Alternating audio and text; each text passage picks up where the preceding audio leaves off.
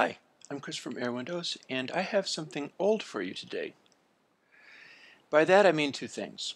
One, I am showing a plugin that has been out for a while called ToVinyl. I've been working on improving it. It does some neat things. I'll show it to you here. It's got high passes and mid-side, so it can do elliptical EQ and cut down bass in the side channel. But I've got some new things here. Let me get some music going, and then we can see what it does. This is sort of my little funk jam, as it were. It's a short little loop because I couldn't play it steadily enough to make it a long loop. Now listen to what happens when I turn this on.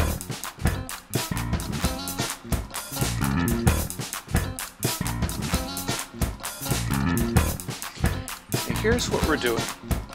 We've got the mid-side going, and we've got the high frequency limiter. These are all the defaults, but we've got something new. It's a little thing called Grooveware. I'll show it to you here.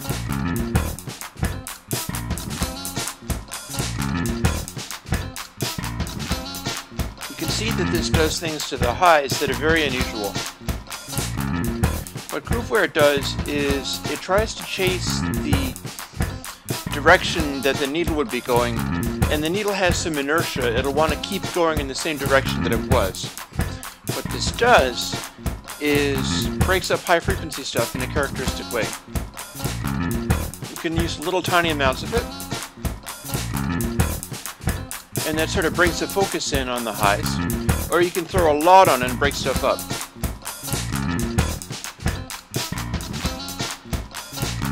Notice that this completely changes the color of everything. For instance, one thing I can do here is mute a bunch of stuff. I'm going to show you just what it does to the drum kit. Now with no Grooveware we got this. We start adding it.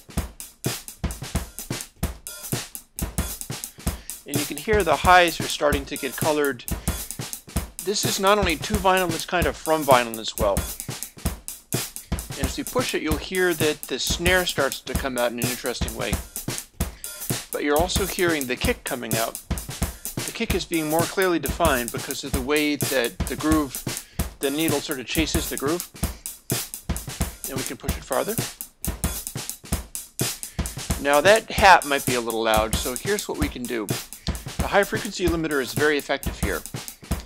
In fact, if you were doing actual mastering to vinyl, you want to leave Grooveware off, because it's an effect for going to digital outputs as if you were having a vinyl stage in there somewhere. But high frequency limiter can step on the highs in, say, that very loud and aggressive hi-hat quite effectively.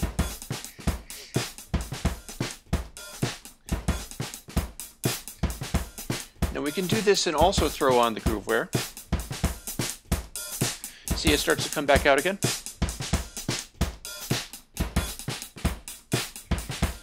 And with a very, very heavily worn groove, we have a really old school retro kind of sound going on. Now there are other things you can do. For instance, we've got these basses going on. If we start using the side high pass, we can bring everything into the center. This is something you might want to do for house music or electronic genres. Here we have it absolutely making the mid-range and the lows into mono.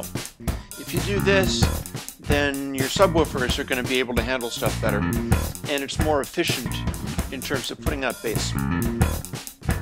You probably don't want it to be this high. But there's also the mid-high pass. Let's put this up to somewhere that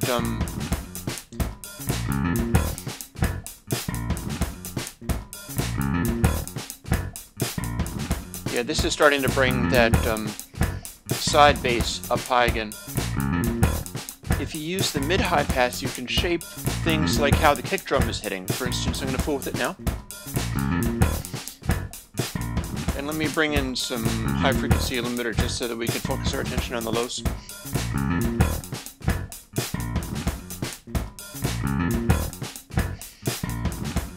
You can hear that the kick drum is being shaped by this, even at a cutoff of 19 Hz. We go farther.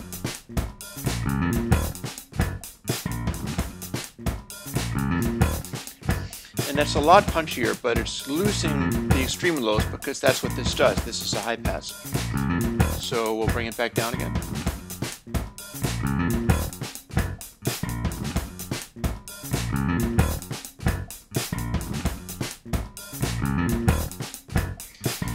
And then we'll bring in some of the other instruments. And the reverb. And we'll lower the high pass on the side until we've got some width going on. And then we'll pull in the guitar using the side high pass alone.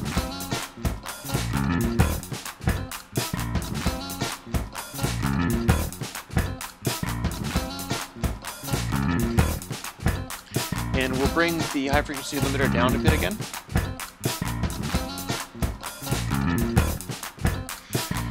And lastly, assuming that we're going to go to a digital output format, we're going to bring in the grooveware and dial it in until the highs are blooming in an interesting way, which they're not really blooming, they're doing a kind of distortion, but it's a kind of exciter enhancer type thing going on. And I think it does a pretty good job of giving a vinyl coloration, and it also forms more, it focuses the mid-range in an interesting way.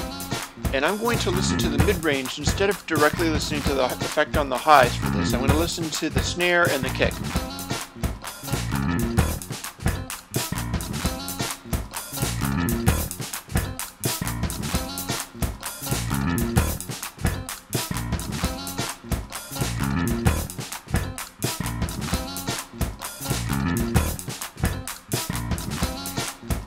And with this we have a sort of, I'll make it shut up for a moment so that I can talk.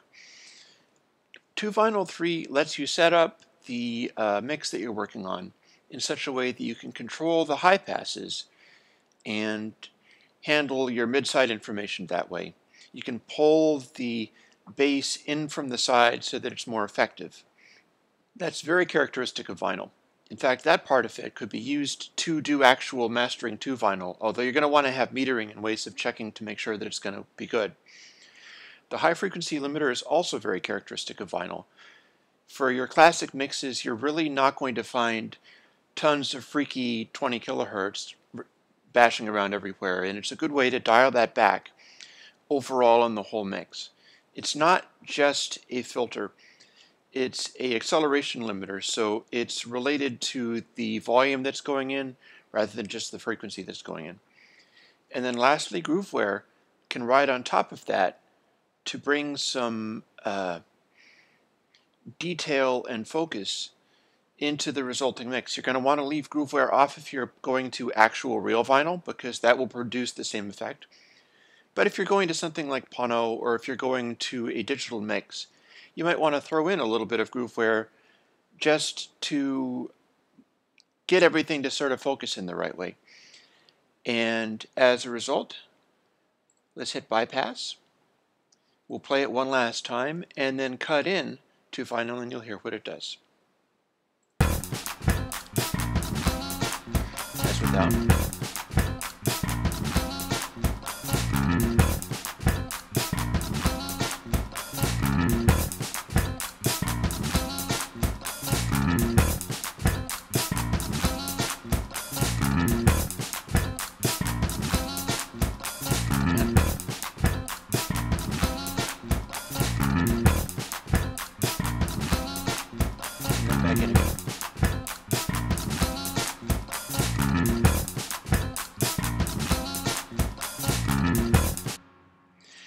I think it's pretty good. ToVinyl3 is available now, and I hope you buy it and like it. Thank you very much.